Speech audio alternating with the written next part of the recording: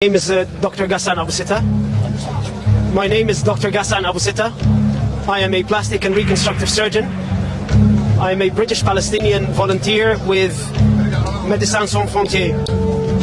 This morning, upon the request of Al Ahli Hospital administration, I moved from Shifa Hospital to Al Ahli Hospital to help out with the treatment of some of the wounded, as the number of wounded had exceeded the number of beds in the hospital. We had been operating all day and had made the decision that in order to continue operating on these patients, I would stay behind and sleep at the hospital. In the evening, after we finished one of the surgeries, we heard a missile screech following by a huge explosion.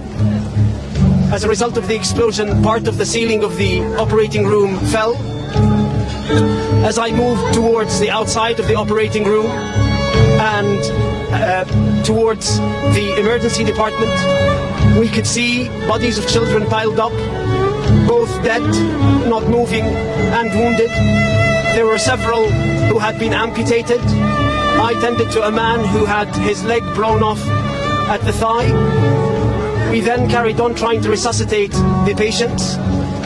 When the ambulance came, I decided to help out by carrying one of the wounded who had had a shrapnel in his neck into the ambulance. As I was walking towards the ambulance, there were body parts everywhere, and there were bodies piled up in the courtyard of the hospital. I then got into the ambulance and escorted the patient back to Shifa Hospital. This morning, when I drove into the hospital, I noted how full the hospital courtyard was, with families who had sought refuge inside the hospital, thinking that it would be a safe haven. It's these very same families who are now either dead or critically wounded as a result of this attack. This is a war crime that the world has seen coming. Israel has been warning the entire world that it was going to attack Palestinian hospitals, and it did exactly that.